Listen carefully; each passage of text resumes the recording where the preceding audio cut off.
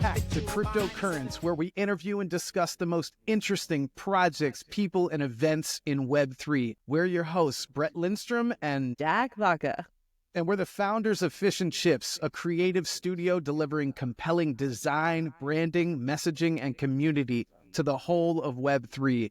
Before we get started, please remember to smash that like and subscribe to the channel. It doesn't cost you anything, and it helps us out a ton. Today, we have Chad Hugghins, the head of community at the Sei Foundation. Chad, welcome to the show, man. Thank you. Glad to be here. Chad, it is great to have you on. Thank you so much for coming. I kind of want to talk about how we met because we were connected through our previous employer at Polygon. Fun fact, Chad actually hired me. We were both in FWB. We were at early Polygon Studios days, but we both kind of vibed on this personal level. At first, I was a little apprehensive, I'm not going to lie, but then you were like, don't worry, I was in the theater. You're me? Yes, I was. Well, I was just sussing you out. And then you said in our interview, the first interview, I remember this distinctly. You're like, I know what you're thinking. My name is Chad, but I was in the theater. And I laughed so hard and I was like, I'm on your team. As in like not the connotation of a crypto Chad, of like a frat boy Chad, like bro-y Chad. Yeah. Yeah, because it was at this moment in crypto where there was like the overload and overtaking of Chads, which I think is still around. It's fine, but yeah, did that ever change? Changed at all. There's so many Chads. Chads have Absolutely. multiplied by like a zillion. I know, absolutely. But like you were sort of reassuring me that you're like, I'm a crypto guy named Chad, but I want to let you know that I studied theater. So yeah, I'm actually... Yeah. It's like, I'm a degen, I'm into all this stuff, but I also have a heart. Yes, a heart of gold. And I'm a real person. Yeah, I only do that for people I really like, Jacq. Some people I'm fine to let them think that I'm, a typical sort of waspy, bro-y Chad. I would be cast in the part, just to be clear. I literally could play your typical like frat boy VC guy, but yeah, that was not and I think that's what with FWB too. That's what originally turned me on to FWB. I was like, oh, this is different. This isn't the what I thought crypto was originally. It's all my like weirdo art people and stuff like that. Yeah, so finding that intersection and knowing that we were kind of in that crowd, that kind of made me go, okay, maybe I can trust him. But we're going to get back to that theater moment and the weirdos on the blockchain in a second. I kind of want to dive into what you're doing these days at the Sei Foundation.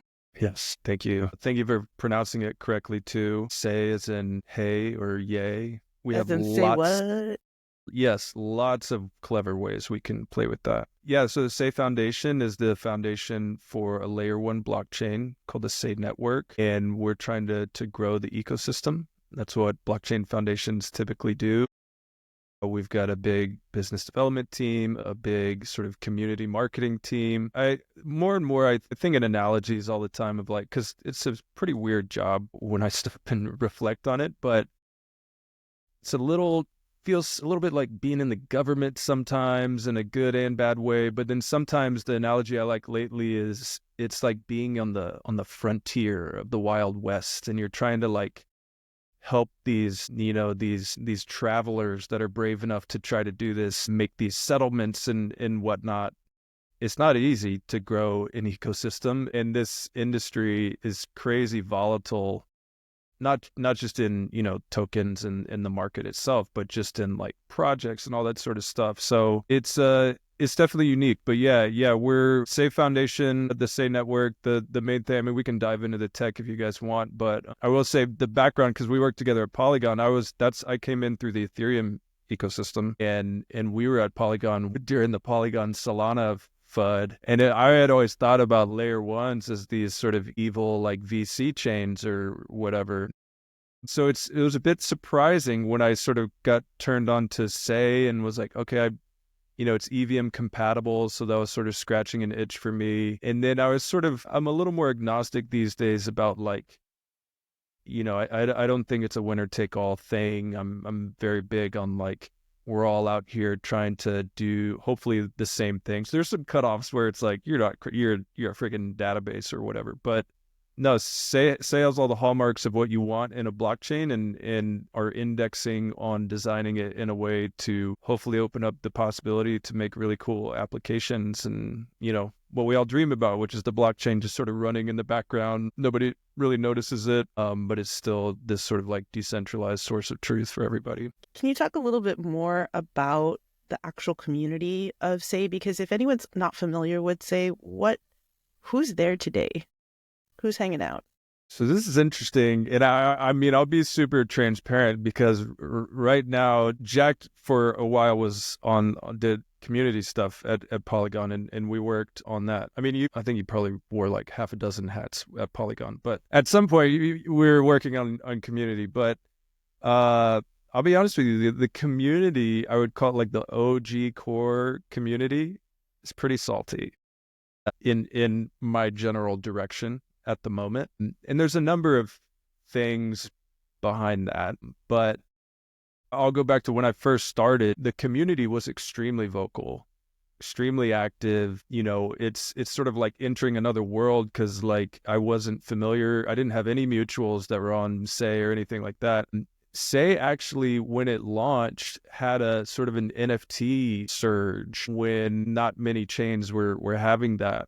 And so a lot of the community we still have that I would call this sort of core OG community are all of the sort of degen collector type. And then from that, it sort of evolved into some grassroots community devs and stuff like that. And then, of course, as we're working to sort of evolve the broader sort of like ecosystem cornerstones, like DeFi stuff and whatnot, you get more and more people in there that, are sort of joining and being involved for different reasons. But yeah, back to the original sort of like nexus of who these people are. It's one of these like these hardcore collector, terminally online people that are out there doing their NFT stuff, meme coin stuff, all of those people. Classic. So Sei's community sounds like super interesting, right? It started off with these, weren't they like super Saiyan, like Saiyan NFTs? Yeah. Did I hear that correct? Okay, yeah. So, yeah, Dragon Ball that's Z awesome reference to me, yeah. Right? So for someone not in Sei, I'm Mexican. Right? We love Dragon Ball Z. Yeah, dude. So like for someone not in the Sei community, how would you really like just boil it down to like what is Sei and what do you tell them to get them interested in paying attention to the blockchain and what the foundation is doing? So are we talking about like other sort of crypto native users, or are you talking about complete normies? Both. I would say both. They're both important, right? For the crypto native people, it's like, there's a lot of options at this point, tons of L2s, more and more L1s. The thing that Sei is good at on the engineering side, which is actually the Sei Labs entity, they're the ones who are actually building the chain and contributing to that side. They're really good at shipping, man, and they ship versions of this chain probably faster than anybody I've seen. And have indexed, like the big thing with Sei is it's fast, right? And by that, it's really fast is the easy way to say it, but it's really fast and scalable. So it's extremely fast time to finality, which you can like feel when you're using it, especially if you're old enough to have used like Ethereum mainnet for stuff back in the day. And then it's very scalable on the throughput side, which is what we all sort of analyze on TPS metrics, which is also interesting because we've turned a corner there and in TPS in general, not just for us, but for most high throughput chains is sort of being essentially like deprecated as the right metric to measure throughput. And that's one of our most recent updates is it's about gas per second, and we're charting a course to 5 gigagas per second, which if you try to equate that to TPS numbers, it's like 250,000 TPS. That's amazing. That's absolutely wild. Yeah, there's a lot of stuff in that tech that I have more questions on, but like, what would you give the pitch? What's the pitch to the normies? I mean, for normies, I think I always go back to the core principles of most blockchains. It's about self-sovereignty and permissionlessness. And then if you're talking to financially minded people, it's about capital efficiency and stuff like that. And if you're talking about certain applications, it's about censorship resistance and immutability and things like that. And then also just the transparency that a blockchain is, immutable, always going to be here, register of every transaction that's happened on the chain. So that stuff I think it actually does connect with normies. You just have to approach it in different ways. And they're never going to understand the like time to finality, TPS kind of stuff. But I do think they understand the principles of like, oh, okay, it's a digital database that's shared in this, decentralized way. So Amazon doesn't own it. You know what I mean? I think we're so used to now these ginormous, tech conglomerates. That's the way to do it. It's like, are we going to give the entire world's data to Amazon or Google or whatever? Most people are going to be a little skeptical or feel skittish about that. So what's the alternative? I think blockchain has a really like vital role in the future of the world. I think that's a great point that you bring up, because I think about the TikTok ban in the US and just knowing that these platforms have all of our information, and at any point, if they decide to go dark or if the US decides to ban access, that's sort of it. So yeah, I think about these things. On the social, I've been thinking a lot about the social media side of things. I mean, this is a bit of alpha, but there's some stuff brewing that I'm really excited about that I can't say anything else about, but that hopefully is going to innovate in like the social sector. But what I was thinking about is, recently Zuckerberg did that Joe Rogan interview, and it's like, oh, the cool new based Zuck with his chain and all that sort of stuff, talking about bow hunting and whatnot.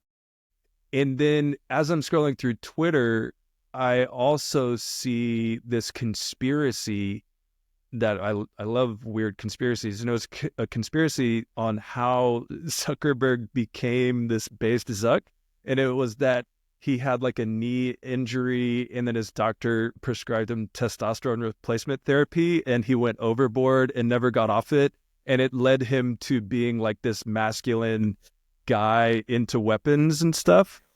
And so I was like, there's so much irony in that interview. He was like, we're not going to censor anything. We're going to do community notes or whatever. And then in my feed, I'm like, great, because now I get to have this completely absurd stuff that I'm just going to take into, who knows if it's true. Yeah.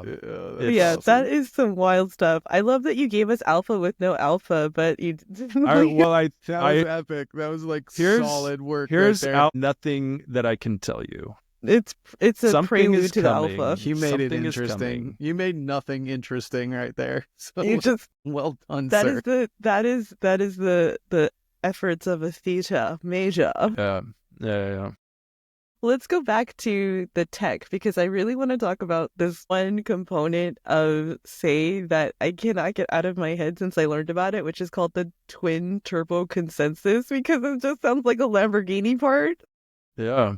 I can't tell. That was before I was here. Somebody put a nice little name to that product feature. And 100%, yeah, the connotation is speed. Okay, so what the twin turbo consensus is, it's two parts. One is optimistic block processing, and the other part is intelligent block propagation. And then it has to do with the parallelization. That's probably the more buzzy word that everybody used, is parallelizing the EVM. So in rudimentary terms, most layer ones have always been sequential processing of blocks. Parallelizing them is multiple lanes. It's pretty obvious. It's like you do them all at the same time. And the way you do this is the optimistic block processing. You're basically processing it while you're also validating it. And optimistic's just basically like, yeah, we trust this, but then you're also checking it at the same time. And then the intelligent block propagation, I think, is interesting because it's basically like, instead of sending the whole block around the network, you're sending essentially like the blueprint for the block to the network. It basically brings the data amount way, way down, and all of those things add up to a lot of speed, both in the way of time to finality and also throughput and scalability. It's funny because we both worked at Polygon, which obviously is all in on ZK. And so our minds were kind of, ZK's the only way. And so when I learned about the optimistic component of this, I was thinking about it and I was like, but math is it. But I think what people don't talk about or think about, or maybe unless you're in the weeds, you don't really know about the cape. A lot of these components have multiple jobs, and so there's a lot of bottlenecking that happens. And until the solutions are ready to be executed, like these execution components, optimistic is an amazing way to get around that with the speed. Yeah, and I think the other one that people sort of downplay because it sounds a little boring, but there's lots of efficiencies to be had. And so like when I try to get the engineers to explain stuff to me like I'm five, they'll opt for analogies. So on the intelligent block propagation, the analogy is like, they're sending the hashes instead of the full transaction. That's basically like sending somebody the Lego blueprints rather than the entire Lego thing, and they'll just put it back together. The other one I like that for some reason sort of stuck in my mind is because I think we've all experienced it when you get an Amazon package and it's like a gigantic box, but inside it's a tiny thing that you ordered. And that's just the way their warehouses work or whatever. Yeah. And so the efficiency is like, wow, you're wasting this entire gigantic thing for this one little thing. And so in the way they're optimizing and looking for efficiencies, it's like, that's a waste. If you need the absolute minimum to send this container of data or whatever. And so, yeah, that's, again, my job is at the foundation, largely non-technical. And so I had to dive into it. I could talk about it in rudimentary ways, but they're the ones that are the geniuses coming up with all that stuff. Of course. I had to touch upon it because it's one of my favorite ways of understanding everybody's place in the ecosystem. So I just had to touch on that just because, I like it. Talk about the tech. We talk a lot about speed when we talk about Sei, right? And you've got that quintessential question. You've like, what are you compromising as far as like speed? I don't want to be that guy that like random like dude in Discord asking the weird question, but speed's the strength. Where would you say maybe it's lacking that you guys are trying to focus some attention on bolstering, if that's not some of the stuff that you can't talk about? I mean, I don't know. This all comes back to like, it's sort of subjective, and it's like, where do you draw the line of like, actually our former CEO, Mark at Polygon, had a famous article about, what was it called? It was about minimally decentralized, or like, it was some famous phrase he coined about, it's sufficiently decentralized. Yeah, sufficiently decentralized. It's not like a binary thing. You're decentralized or you're not. It's a spectrum, in how much is sufficient for the sake of what we're doing. So, I think that's probably where people would look at layer ones like us and others, which is on like, how many validators are there? How many, how decentralized is the sort of, decision making on that side of thing? But that's also an evolving area, and I definitely think we are far past the threshold of being sufficiently decentralized. So it's not like we're a corpo chain or can do anything we want whenever we want. You still have to propose, chain improvements. And by we, I mean like mainly Labs Foundation, everybody, to be clear, legally. Stakeholders in the ecosystem, get together and figure out if they want to approve these different ideas or not. So in that way, it's sort of democratic in a way, like a lot of these chains. Like you talk about governance, people don't often talk about governance side of chains, but that's definitely an important area. So let's go into how you communicate important information to the community as the head of community at the Sei Foundation. What are some ways that you send your effective messages to your community? And that can be everything from like visual, memes, the way you talk, where you talk, all of these things. I'm interested in how the foundation is communicating to the community. Yeah, as far as how we communicate, like the channels of communication we have are pretty typical of other foundations. We're heavy in like crypto Twitter. If we had like a very important message, we would make it very official, and it would be a blog post, and then we'd put it out on the foundation Twitter. I think visual stuff, especially for any technical updates or messages, like you've got to have some sort of visual element. And honestly, like those are the ones where we'll scrutinize it forever, because people's attention span is pretty short. So it's like we gotta have one GIF or one little video that explains what our giga work stream is in the most simple, succinct way possible.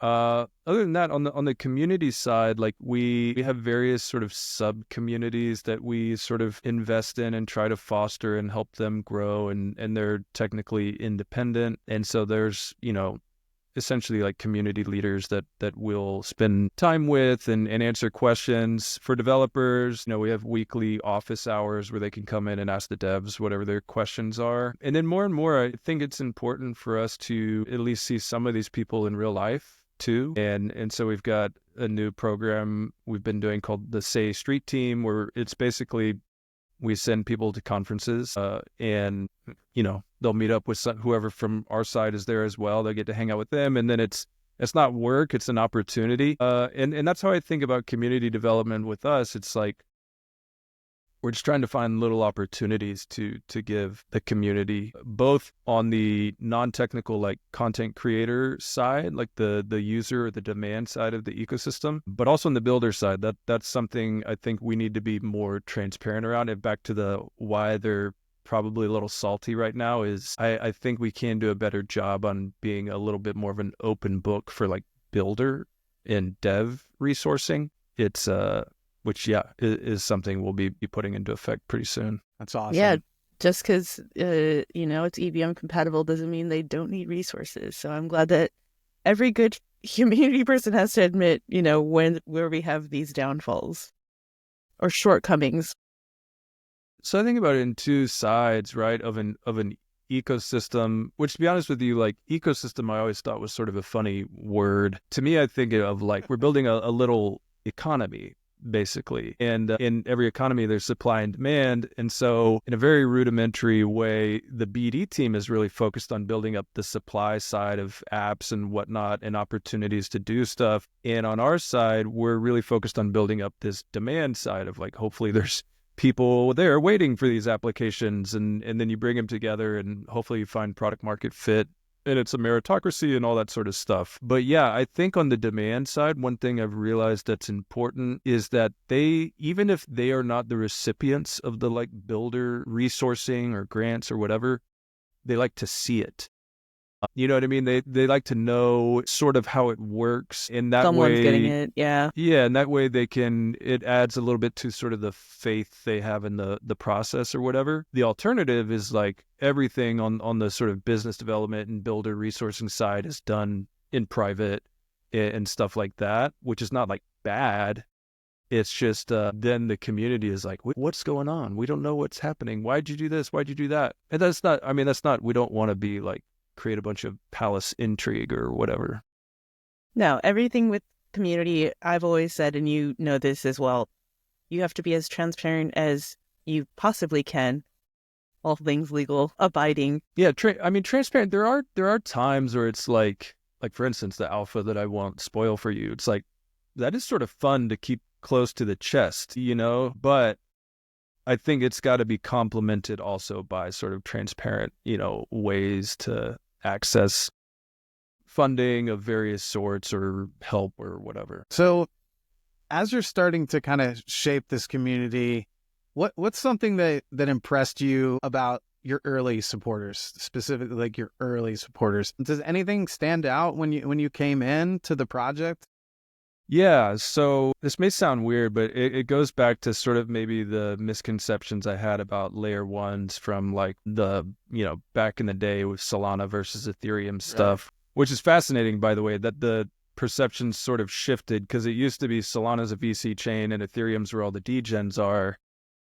Now it's sort of shifting. I'm not, mainly by way of like Coinbase and Solana being this home for all the real degeneracy or whatever. Right. Anyways, a side note there. But yeah, I always sort of thought like, oh, these are like VC chains or whatever. In reality, that couldn't be further from the truth, both in like the leadership itself and also the community. And what the takeaway I had early on with the community was like, holy crap, not only are these not VC elitist, coastal people or whatever, that these are like blue collar people that are like, they have a full-time job and they're also grinding on the side. I remember I took a meeting I was just meeting community people, and the guy was like up on scaffolding on a building, like doing like manual installation of something That's amazing. with like a hard hat. That's I was amazing. like, whoa. I actually, truly actually love that. I love Yeah, it it's so amazing. much. Like which I think is something. It's easy to think about the tech industry as a whole of like, oh, everybody's wealthy and has rich parents and like is super smart or whatever. But also it's full of just like gritty people that have that sort of moxie and whatnot. And at the end of the day, I think that's really cool because any ecosystem, not just ours, has to be a meritocracy. Like we used to deal with this a lot at Polygon. It's every chain, but like we can't just king make a project and tip the scale. I mean, you could do stuff, but you try really hard not to, and you try to be objective. And so I think it's important for people who are building in any ecosystem. It's like, this isn't a a charity, like a Make-A-Wish thing. This is like a slog. I was thinking, actually, this is, you see behind the scenes here of my creative process, but I was thinking of a tweet in my head. Have you seen the Netflix show American Primeval? No, I haven't just yet. gonna start it. Okay, Is it worth it? Yeah, so it's Okay. a good show. It's like it's again frontier, all this sort of stuff, but it's like hyper gory and brutal. And in my head, I'm like, that's what building a startup is like. My God, that's so accurate. You know what I mean? It's not like waltzing in with my grant or my check or whatever. It's like you gotta have that dog in you, be based or whatever. But those are sort of memes on the timeline. But it like actually is really difficult. It's actually a bloodbath. Yeah. Little fun fact. That's probably one of the best descriptions I've heard ever. Now I'm going to go watch the show, by the way. Yeah. Show. I mean, you watch the show and you're like, oh my God, that was glad I wasn't alive then kind of thing. Yeah, we live in a good time. But Chad, you've been early at a lot of projects, like not just working on early projects, obviously early Polygon Studios, early Sei Foundation, but early to FWB too. You're pre-roll hack. You're an OG at a lot of projects. You are. Here's what's funny about that. I think I've told you this before, but I live in like suburban Texas, and around that time, because I was like pandemic, and everybody was like, "What is life? I'm gonna work from home forever." It was this big shift, and I was pretty bummed because I had just a gaming studio I worked at went under basically. And so on top of the pandemic and all of that, I was like, God, I'm never going to have an interesting career. I thought it was over, right? I'm in the middle of nowhere. There's no culture here. Like, yeah, it's the suburbs and it's great for kids and families and all that, but it's like, it's not LA. It's not New York. Anyways, I literally randomly found FWB. Didn't know a single person in there. And it was truly my onboarding into crypto because I saw a tweet from Trevor and I didn't know who Trevor was. And it was like his really ghetto instructions on how to buy Ethereum and then go to Uniswap and swap it for FWB and then go to the Discord. And I remember doing that. And yeah, I showed up early enough to where the intro channel didn't really matter. Everybody's like introing. Eventually it became like a place to be or whatever. And you had to apply and all of this. I would not have gotten in at that point because I wasn't, all the people coming in there were like, I'm a VC and blah, blah, blah. But I remember that with FWB, I was like, wow, this is actually really interesting. And I can do it from freaking McKinney, Texas. Everything happens in McKinney. Yeah. If anything, I think why there's so many theater people in blockchain is just like, we're allergic to real jobs. You know what I mean? Ooh, that's real. That's actually so fucking real. Facts.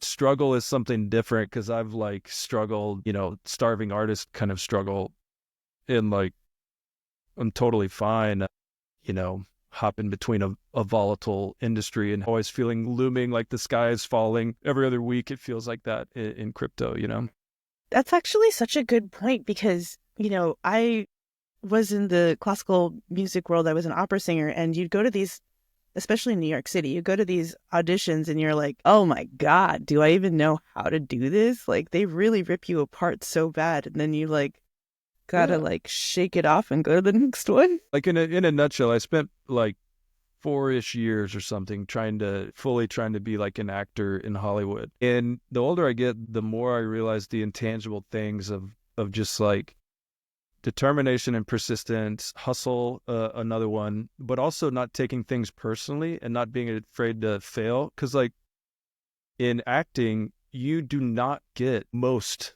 parts. You know what I mean? Like the default is that you get rejected. And so that's just like, that's the business, is constantly putting yourself out there and constantly like trying, knowing that most likely you are not getting this. And while also sort of like having your head messed with because you go into something thinking the odds are really good because it's like tailor-made for me. And then you get it. My favorite is you get into the room, the waiting room, which is such a, messes with you. And you're like, oh, wow, that guy looks exactly like me, but like 10 times more handsome. Do you know what I mean? And you're Yes. like, where are these people from or whatever? Yeah.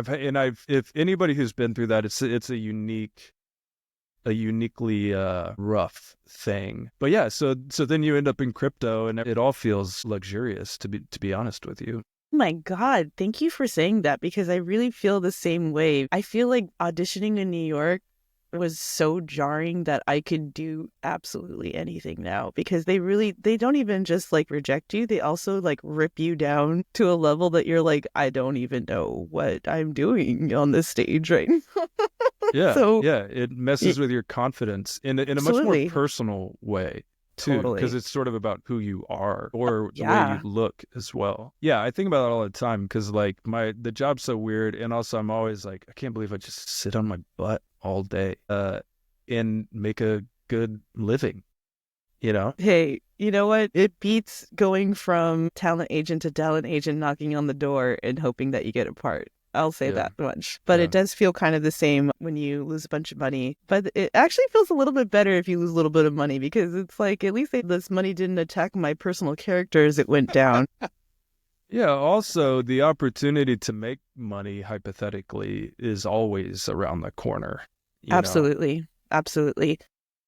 Well, I want to talk a little bit more about like things you see because you're an early supporter of many projects, not just these, also NFT projects. Is there any sort of recurring pattern that you see in that early stage of community that maybe like founders are making a faux pas and not thinking about the future? What is the pattern recognition that you have around early community since you're so early on these projects? I mean, it's probably all just very basic stuff of like, this is not sales and marketing, it's more akin to like evangelizing and belief. There was a period where everybody felt like we were on the cusp of mainstream adoption. And so the VC money was just like pumping. I wouldn't say the name, but I remember one of these heavily funded NFT projects at Polygon. I was like, wow, they raised so much money. And for a time they did so much. They had all this IP and whatnot. And then out of the blue, they just shut down. And I think it goes to show it's like, it wasn't organic. You know what I mean? It was sort of, they're taking pre-existing IP, right? It wasn't like an original creation. I think people still desire like that sort of original creation kind of thing, where if it's not completely original, whatever like derivation you're doing is some sort of like, meme quality to you're commenting on the original or whatever. So everybody knows what Polygon went through. Like, a lot of these sort of big corporate things didn't pan out that people for a time were super excited about. And that's why I think it sort of makes sense in hindsight, because they were trying to capitalize on the technology rather than like use it from the ground up in its sort of like pure ethos of community organization and decentralization and all that sort of thing. I know exactly who you're talking about. We won't mention their name, but really, they're nice. They're nice people. Absolutely great team. It was really unfortunate to see. And I think you have a very good point where they didn't necessarily have the capabilities of the tech unlocking possibilities for people first. It was like fan engagement. Yes. Hypothetically fan engagement stuff. And that's where it's like they had so much IP. Some of it I was like, oh, that's cool. For me personally, I'm like, that's a cool one. But then they'd have other ones and I was like, guess people want that? I don't know. It's like, do we really need Dora the Explorer on chain or something like that? I don't know. That I feel like that wasn't It's not one of them, but that's a good example. Yeah. That was not one of them, but that's what it felt like sometimes. I know what you mean. Like, who is the target audience for this? This IP is kind of like, who is this serving? The impressive part is that they got the license for it, right? And so they're like, we got the license for it, so we're going to run with it. And we have no further thought about it. I think at that time, too, all those big corporate things, the brand deals and whatnot, blockchain was the category for them. It was in like marketing R&D, which is like not bad, but is sort of a limited use case. So for those really big companies, it was like, okay, sure, this is sort of like capturing mind share at the moment. We'll put a tiny percentage of our budget into it. And, they did some really cool stuff, but it was always just sort of like an experiment to capitalize on the sort of meta in the culture that felt like it was about to just blow up. Yeah, I don't know why things didn't actually take off, but maybe I'm just blaming it on wallets, actually, because I think wallets weren't easy to use. The UX has improved quite a bit. Yeah, totally. Chad, thank you so much for all of these wonderful regalings of your past. But we're coming to the end of the podcast. And since you are our very first guest, we want to kick off a new tradition. One where we give you some space to vent about something steamy or to offer your spiciest take. By the way, I'm not the type of person like a big sort of, I think, archetype on crypto Twitter especially is just like, I'm always pumping out hot takes and like super strong opinions everywhere you go. I'm much more like, who knows? Like maybe that'll work, maybe not. Like we're all doing it together. Chill guy.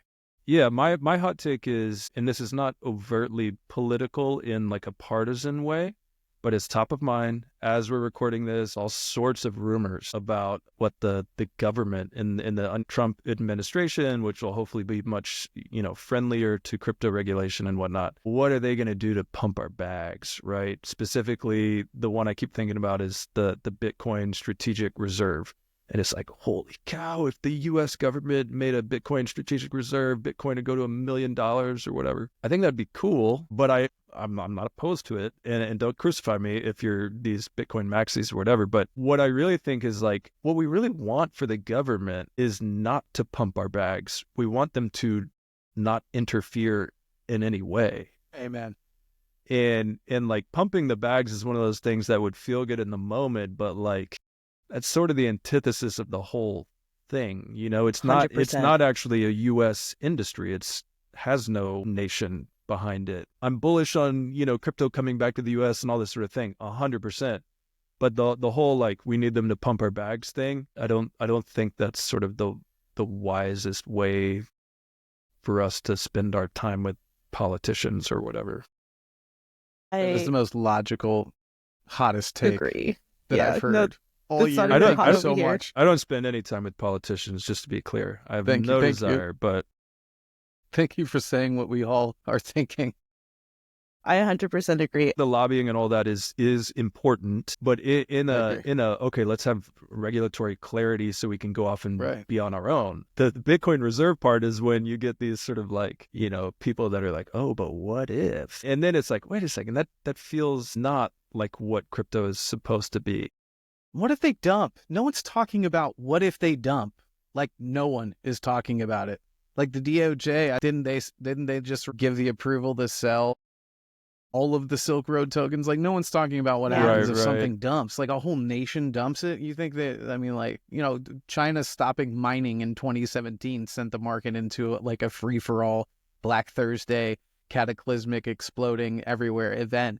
Like what happens when a nation decides to dump their tokens? That's something they're not talking about. So that's like the B to your A in this discussion. Yeah, it's like I'm here for it. I think it'd be cool for governments to utilize blockchain technology for all sorts 100%. of stuff, but not to be the biggest whale. Right. That feels weird. That's the antithesis of what we want. Somebody will say I hate Trump or something like that, but I think you need to worry more about the maxis coming after you. Yeah, that's what you may have a target on. The Bitcoin maxis are more ferocious, I would say. Brutal. So I appreciate you coming on, man.